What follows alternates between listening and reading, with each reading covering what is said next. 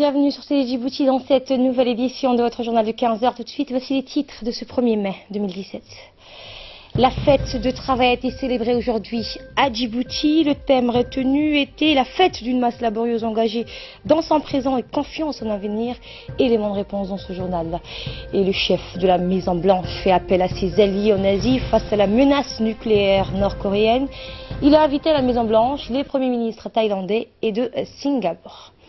Bonjour et merci de nous accueillir chez vous. Nous sommes le 1er mai, la fête du travail. Née en 1886 aux États-Unis, la tradition du 1er mai se renforce d'année en année dans notre pays. L'Union générale des travailleurs djiboutiens, l'UGTD, a organisé aujourd'hui une cérémonie pour la circonstance où de nombreux travailleurs issus des secteurs privés et publics se sont retrouvés pour fêter leur journée, et c'était au sein de l'UGTD, l'Union nationale des travailleurs djiboutiens. Une célébration qui a été présidée par le secrétaire général de l'Union générale de travailleurs djiboutiens, M. Saïd Yonis Ouabali, et de son comité et proches collaborateurs, ainsi que des nombreux travailleurs membres de l'Union. L'événement a été placé sous le signe de la fête d'une masse laborieuse, engagée dans son présent et confiant en son avenir. Au programme, il y avait de l'animation musicale, des danses traditionnelles, des discours prononcés.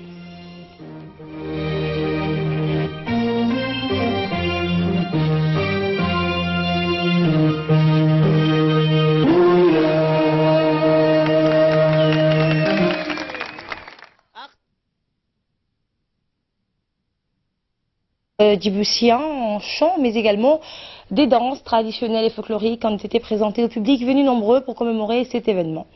D'autant que depuis 38 ans, la centrale syndicale a été le témoin privilégié de l'évolution du monde du travail. L'UGDT a su jouer un rôle qui démontre aujourd'hui la sincérité de son engagement. Aujourd'hui, la fête du travail est commémorée par un jour férié, chômé et payé dans la plupart des pays.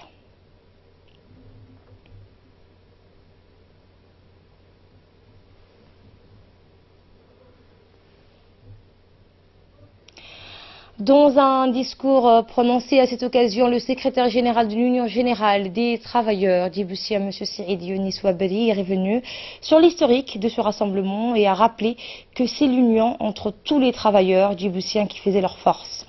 Il nous incombe, a-t-il dit aux syndicalistes, à faire avancer le chantier de réforme de la législation du travail. On l'écoute. En ce jour de fête du travail, je voudrais en premier lieu présenter nos meilleurs vœux de succès et de prospérité au président de la République, à la première dame et aux membres du gouvernement et à l'ensemble de la population djiboutienne. La célébration d'aujourd'hui se situe dans un contexte historique particulier car notre pays fête ses 40 ans cette année. 40 ans de combat pour faire avancer les droits des travailleurs, 40 ans durant laquelle, tout en préservant nos acquis sociaux, nous avons fait en sorte de partir en socle de codes et de lois solides pour le bien-être de chaque branche professionnelle, autant du public que du privé. À cet égard, je permets de me rendre un vibrant hommage à la vision politique du président de la République, son Excellence M. Ismaël Omar Guelleh, qui n'a ménagé aucun effort pour affermir de jour en jour nos droits. Ainsi, la commémoration du 1er mai est toujours un nouveau jalon sur le parcours de notre nation de par le sens profond et le symbolisme qu'elle véhicule. Elle a toujours traduit notre commune volonté de nous ressourcer dans notre riche passé et de nous inspirer constamment de l'ardeur et du courage et du combat victorieux mené par nos veillants précédents dans la réalisation de nos ambitions fortes par notre masse laborieuse. Et le monde célèbre chaque année la fête du travail. Ce traditionnel rendez-vous du 1er mai est l'occasion pour l'Union des travailleurs djiboutiens de se rassembler aussi. En ce jour du 1er mai 2017 a été l'occasion de la fête du travail des travailleurs. Confédération syndicale des travailleurs djiboutiens, l'UDT, ont célébré avec face cette journée internationale du travail en présence des hauts responsables de l'Union djiboutienne du travail et des travailleurs des différents organismes affiliés à ce grand syndicat dirigé par le président Mohamed Youssouf Mohamed. De la tribune, le secrétaire aux affaires arabes du syndicat de l'Union djiboutienne du travail, M. Ibrahim Ahmed Abdo, a d'abord adressé ses meilleurs vœux aux travailleurs djiboutiens dans leur ensemble. Cette journée solennelle est un moment privilégié pour les travailleurs et pour le reste des partenaires sociaux d'examiner ensemble les progrès réalisés et les préoccupations nouvelles du monde du travail. Il a rappelé que cette fête est célébrée le 1er mai de chaque année par une journée fériée légale dans certains pays comme le nôtre. La secrétaire aux affaires féminines, Mme Fatouma Moussa, secrétaire, a quant à elle donc mis en exergue l'égalité du genre en matière de l'emploi, du travail et des salaires des femmes. Les femmes, a-t-elle souligné, ont les mêmes droits et bénéficient des mêmes avantages que les hommes. Des avantages, selon la secrétaire aux affaires féminine à l'Union des travailleurs djiboutiens liés à l'exercice de la profession. Cela engage le respect et la considération de l'employeur vis-à-vis des personnels féminines de son service ou organisme dont il assure la direction. L'événement a été placé sous le signe de la fête d'une masse laborieuse engagée dans son présent et confiant en son avenir. Le président du syndicat des travailleurs djiboutiens, Mohamed Youssouf, a mis l'accent ce matin sur les souhaits et revendications des travailleurs djiboutiens. Suivons à présent ces quelques réactions des participants. À l'occasion de la fête du travail et des travailleurs, c'est un vrai plaisir et joie de nous retrouver ici tous ensemble avec vous à célébrer cette journée de fête internationale du travail devant notre siège UDT. Chers camarades, cette journée que nous commémorons en partage avec les travailleurs du monde entier se veut une affirmation forte des droits acquis et des revendications en cours sous le thème « Halte à la cupidité des entreprises, le monde a besoin d'augmentation salariale ». Avant de passer à nos percusseurs, je vais parler de notre grand héros Ahmed Jam'ege qui est décédé il y a 2 mois. Allah yarhamou. Nos percusseurs ont mené de longues luttes sur les terrains sociaux infranchissables et se sont adonnés à des combats inégaux, mais juste contre les employeurs et les détenteurs du pouvoir public, au seul fin d'instaurer un monde du travail, de fixer les conditions minimales de vie des travailleurs et d'instituer les normes et les libertés du travail, à un mot, établir le syndicalisme libre et souvent au prix de leur vie. Vive l'UDT! Vive la solidarité des travailleurs! Bonne fête du travail à toutes et à tous! Vive le 40e anniversaire de l'indépendance de Djibouti! Vive la République de Djibouti! Vive le président Ismaïl Omar Guelleh! Et c'était le président du syndicat des travailleurs djiboutiens, M. Mohamed Youssouf Mohamed, qui a donc mis l'accent ce matin sur les souhaits et les revendications des travailleurs djiboutiens, qui a par la suite, comme vous l'avez suivi, souhaité bonne fête à tous les travailleurs. Suivons à présent une réaction des participants. Tout mon respect et bonne fête pour son excellent Monsieur le Président de la République, la Première Dame, l'État que je respecte, aimable peuple djibouti, de fond de cœur.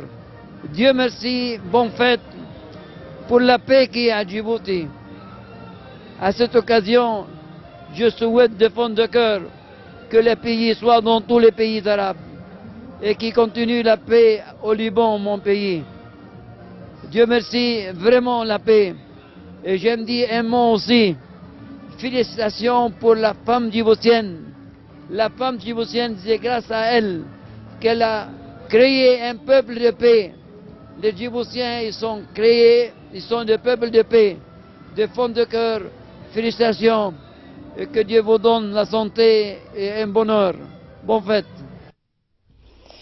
Dans le reste de l'actualité, l'Institut national de l'administration publique, l'INAP, a organisé hier une cérémonie officielle de clôture de la formation intitulée « Session d'accueil et d'intégration destinée aux nouveaux fonctionnaires » et ce, en présence du directeur de l'INAP. Cette session de formation a été dispensée par les différents experts nationaux tels que le docteur Maktere Ibrahim, Madame Fathia Ismail Awale, Monsieur Chelmaki Idriss Ali, Monsieur Abi Farah Idle, Monsieur Ahmed Moussa Ahmad et Monsieur Ali Mohamed Kamel. Cette session s'est ouverte du 14 mars et s'est donc clôturée hier. Elle avait pour objectif de mieux intégrer ces nouveaux fonctionnaires au sein de l'administration publique et plus précisément dans le secteur respectif et connaître le fonctionnement du processus décisionnel en droit administratif et les rôles et les responsabilités des fonctionnaires. Par ailleurs, cette formation a permis aux fonctionnaires du ministère du Budget et les autres départements ministériels de faciliter leur titularisation à ceux qui ont été assidus tout au long de la formation. Quelques 150 fonctionnaires stagiaires du ministère du Budget ont bénéficié des certificats repartis en 4 groupes. Cette formation était une réussite totale et a été une étape indispensable à leur titularisation. Cette cérémonie s'est clôturée par la remise des diplômes aux participants. La coordinatrice de l'Institut national de l'administration publique, l'INAP, a souligné l'importance de cette formation qui a duré 1 mois et demi en faveur des nouveaux fonctionnaires au sein de l'administration publique et plus précisément dans leur secteur respectif. Je propose de l'écouter. Aujourd'hui, on a clôturé une formation sur la session d'accueil et d'intégration pour le nouveau fonctionnaire de l'État djiboutien. Parmi ces fonctionnaires, nous avons pu distribuer aujourd'hui des certificats de réussite parce que durant 3 jours de formation, ils ont pu bénéficier des certificats et on a bien réussi cette formation. Comme c'était le 4e groupe de formation, voilà, on a pu former 157 agents de l'État durant le mois de mars, du 11 mars jusqu'au 30 avril. Je remercie notre établissement, le directeur de l'INAP et nos chers partenaires des différents départements ministériels, les ressources humaines. Également dans l'actualité, la direction de l'hôpital régional d'Ali Sebiye, Dr Ahmed Absi, a réalisé une caravane médicale multidisciplinaire au profit de la population de la localité de Goubeto dans la région d'Ali Sebiye et d'autre part une distribution de moustiquaires imprégnés d'insecticides à longue durée. Cette caravane médicale a dispensé des soins au profit de la population de cette dite localité et ses environs. Les équipes de spécialistes ont effectué des consultations et dispensé des soins à quelques 360 patients qui se sont déplacés en masse et qui ont profité de cette caravane des spécialités, à savoir la consultation gynécologique, l'ORL, viscérale, ophtalmologique, pneumologie, stomato et pédiatrique. Ainsi, durant la caravane, 100 femmes ont reçu des moustiquaires, des enfants ont été vaccinés et des consultations de nutrition ont été également réalisées. Le directeur de l'hôpital régional d'Ali Sebiye, Mohamed Aynan Sougé, s'est réjoui du déroulement de la caravane dans la localité de Goubeto. Le ministère de la Santé, avec ses actions de délocalisation, cherche à rapprocher des soins à la population des régions en déplaçant les médecins et paramédicaux.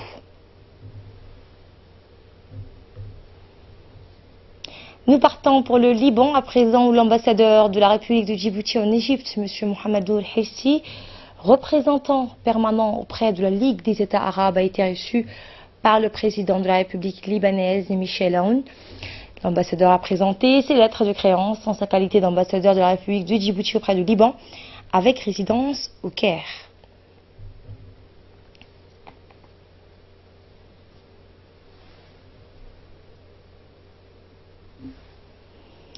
Également dans l'actualité, le centre de développement communautaire de Wahle Daba a abrité hier une cérémonie de clôture de formation en informatique pour les jeunes du quartier, une formation dispensée par un jeune licencié de l'Université de Djibouti ayant un certificat en informatique. Celle-ci a permis à une trentaine de jeunes garçons et filles de maîtriser tous les outils bureautiques, à savoir le Microsoft, Office Word, Excel, le PowerPoint et autres. Au bout d'un travail intense de 6 jours, les jeunes se sont vus récompensés de certificats testant leur niveau et la base en informatique qui pourra désormais leur ouvrir des portes dans les milieux professionnels. La cérémonie a vu la participation du secrétaire général du secrétariat de la jeunesse et au sport, Mohamed Ahmed Farah, du directeur administratif, M. Mohamed Farah, du responsable de la commission de supervision des festivités du 40e anniversaire de Ghazal Ahmed Daoud et la présidente du réseau des associations de Wahid Daba, Mme Nasro Ahmed. Des sages du quartier ainsi que plusieurs participants, en majorité des jeunes, y ont pris part.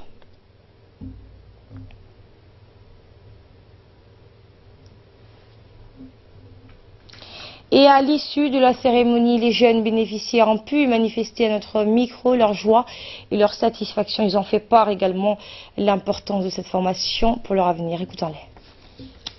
C'est une très grande fierté pour nous aujourd'hui d'être rémunérés et certifiés dans cette CDC de Wahid Daba. On a fait une formation de 6 mois sans se fatiguer. En plus que ça, c'était pendant l'été. On a bien fait. On venait toujours à l'heure. On a bien fait. On a bien travaillé. On était aussi beaucoup formés avec aussi l'aide de notre professeur Moussa Habib, que Dieu lui remercie. On a fait d'abord le Word, on a fait Excel, on a fait aussi une PowerPoint, on a fait plusieurs logiciels que je ne savais pas. On a fait aussi l'étude des claviers que je ne savais vraiment pas. C'est une très grande honneur aujourd'hui d'être certifié pour moi. En plus que ça, j'avais fait tous mes efforts. Tant pour rien, de venir ici au CDC. En plus, on va vous former gratuitement. Vous n'allez rien payer. Venez. Travaillez, faites tous vos efforts et apprenez bien l'informatique, sachant que aussi l'informatique est un métier très important aujourd'hui partout dans le monde. Vous pouvez partir travailler avec ce certificat, ça va beaucoup vous servir. Venez nombreux, j'aimerais leur dire, au lieu de perdre votre temps dans la rue et dans vos quartiers. Venez nombreux, j'aimerais leur dire. Et autre atelier, mais cette fois en entrepreneuriat, après les régions d'Arta et Ali Sabi, la caravane de l'entrepreneuriat poursuit sa tournée dans le nord du pays. Et c'était le tour de la ville blanche ce matin d'accueillir la caravane. Ainsi, la cérémonie d'ouverture a eu lieu dans les locaux du conseil régional de Tadjoura en présence des élus locaux ainsi que les leaders de la société civile de cette région. Notez que cette caravane de l'entrepreneuriat organisée par l'Agence nationale de l'emploi, de la formation et de l'insertion professionnelle ANEFIP est appuyée financièrement par l'USAID dans le cadre de la promotion de l'auto-emploi chez les jeunes diplômés. Il s'agit en effet de former les jeunes dans le domaine de la création d'entreprises, axés sur la gestion de projets, notamment sur la formulation de business plan, afin de présenter un projet bancable dans le but d'accélérer au financement auprès des institutions financières. Quelques 20 jeunes auront bénéficié de cette formation durant une semaine et par ailleurs, pour les faire profiter pleinement de cette formation, l'ANEFIP a dépêché un cadre de son département, en l'occurrence M. Ahmed Ali Dimbio, expert en matière de création d'entreprise et de l'emploi des jeunes, qui est déjà en charge au sein de cette institution d'accompagner les jeunes prometteurs dans le processus de création d'entreprise.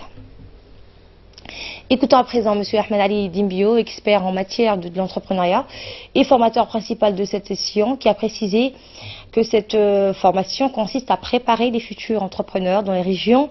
Les jeunes vont bénéficier, selon lui, pendant une semaine de formation intensive dans le domaine de la création d'entreprises. Il a par ailleurs remercié l'USAID qui a apporté son appui financier, également le président du conseil régional de Tadjoura.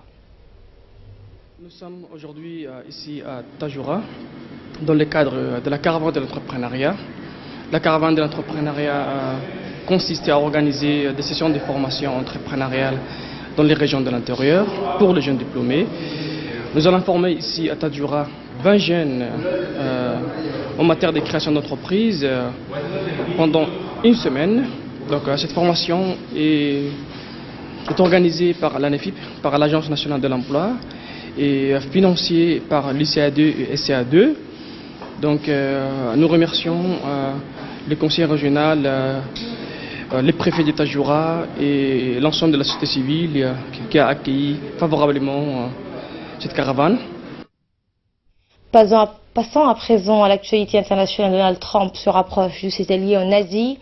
Le chef de la Maison Blanche fait appel à ses alliés en Asie face à la menace nucléaire nord-coréenne. Il a invité à la Maison Blanche les premiers ministres thaïlandais et de Singapour ainsi que le président philippin Rodrigo Duterte. Le président américain s'est exprimé sur le dossier nord-coréen lors d'une interview diffusée à l'occasion des 100 premiers jours de son mandat.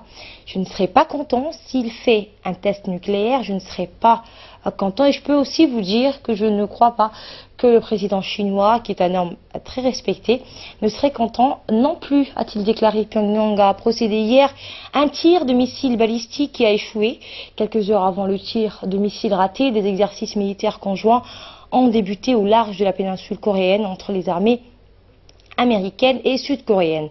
En réponse aux propos de Donald Trump, Pyongyang a menacé en cas de provocation de couler le sous-marin nucléaire USS Michigan, stationné dans les eaux sud-coréennes. En Allemagne, déjà des manifestations contre un éventuel Frexit. Pulse of Europe, c'est le nom de ce collectif qui s'est réuni hier à Berlin pour appeler à une Europe unie et démocratique. Comme chaque semaine, ces europhiles militants se rassemblent pour montrer que l'idée européenne, si elle vacille, souvent aujourd'hui peut résister aux crises. Le Brexit acté, c'est un hypothétique Frexit qui inquiète aujourd'hui. Voilà, c'est le journal de la rédaction. Merci à vous de l'avoir suivi. Je vous retrouve dans une poignée de minutes pour le focus. Mais d'abord, on va retrouver l'appel à la prière.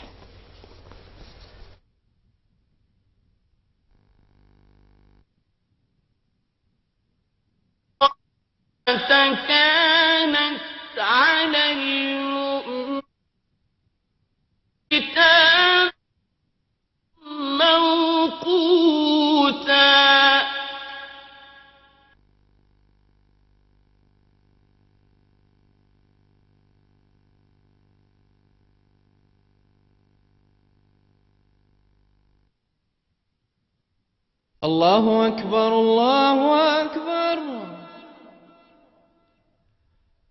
الله أكبر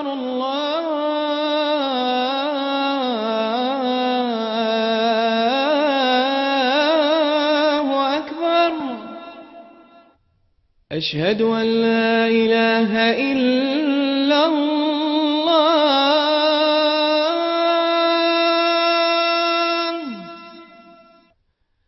أشهد أن لا إله إلا الله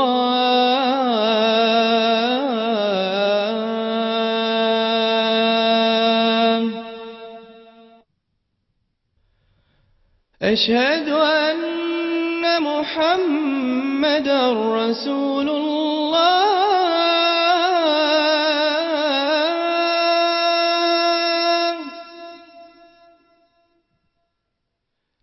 أشهد أن محمدا رسول الله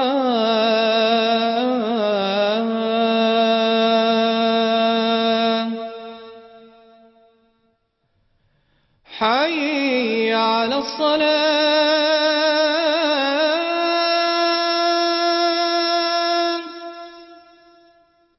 حي على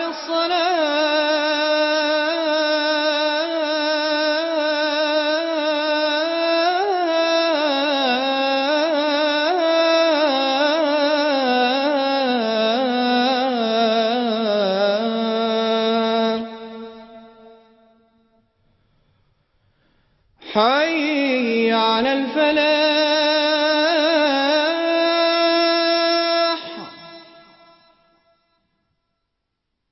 حي على الفلاح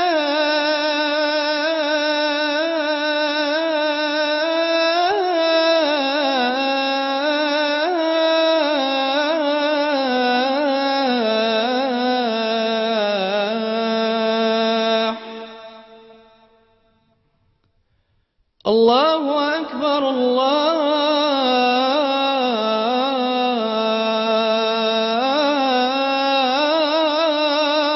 أكبر لا إله إلا الله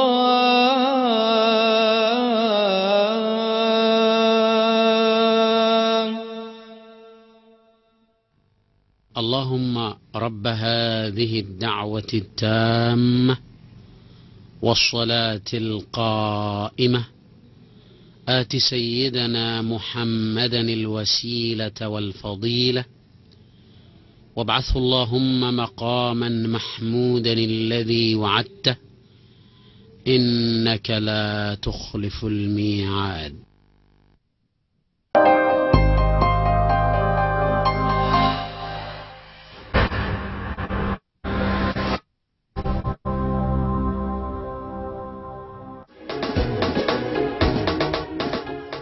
TJM SARL Compagnie est une usine qui produit des tomates concentrées à Djibouti. Vous trouverez à la compagnie TJM les tomates Mariama à 70 grammes, les tomates Alvima à 70 grammes et les tomates Safi à 50 grammes. Ce sont des produits naturels, de bonne qualité et à des prix abordables. Les recettes préparées avec ces tomates sont si riches et savoureuses. Les tomates Mariama, Alvima et Safi sont des plats délicieux. Pour plus d'informations, veuillez contacter le 21 35 77 14.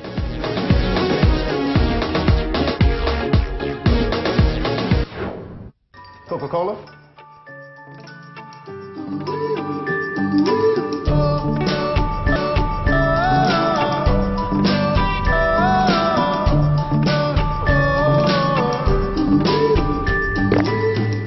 Oh, c'est le Happy Hour. Alors, vous avez gagné un Coca-Cola gratuit. Mais il faut le boire ici. Savourez le moment.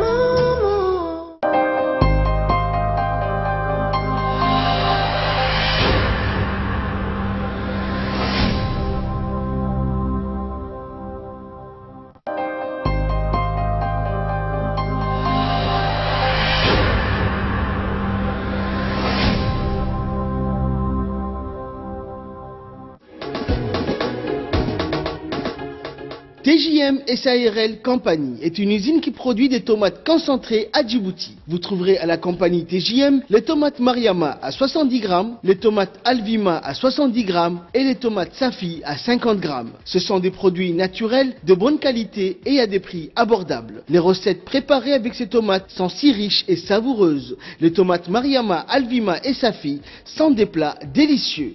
Pour plus d'informations, veuillez contacter le 21 35 77 14.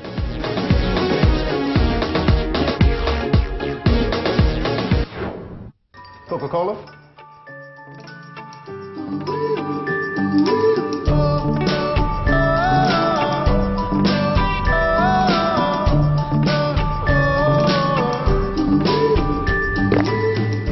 Oh, c'est le Happy Hour. Alors, vous avez gagné un Coca-Cola gratuit. Mais il faut le boire ici. Savourez le moment.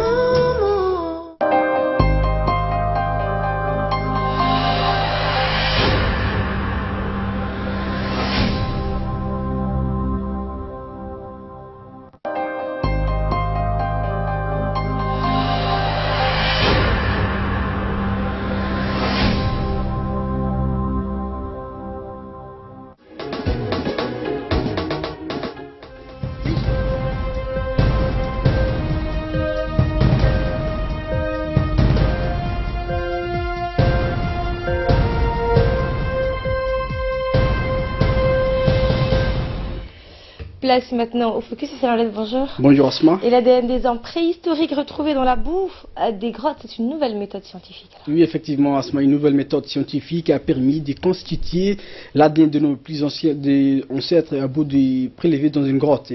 La technique ouvre de nouveaux horizons à l'étude du genre humain, s'enthousiasme les scientifiques. Les restes d'hommes préhistoriques ne sont pas le seul objet qui peuvent aider les scientifiques à percer le secret de l'évolution. Une nouvelle étude menée par un groupe international de chercheurs et dirigée par des spécialistes de l'Institut Max Planck d'anthropologie de l'évolution a démontré qu'il était désormais possible d'obtenir de l'information génétique concernant nos ancêtres à partir d'une petite quantité de boue. L'essentiel est de savoir où et comment la prélever. Avant d'en arriver à cette conclusion, les chercheurs ont analysé plusieurs échantillons de boue prélevés dans des grottes à l'aide de nouvelles méthodes. Trouver des traces de l'ADN dans les sols est rare en soi, mais la tâche a été compliquée par le fait que les experts ont dû faire un distinguo entre les traces génétiques hominidées et celles de chercheurs et même Asma. Merci Hussein Oled, merci à vous qui nous suivez. Très bonne fête à toutes et à tous.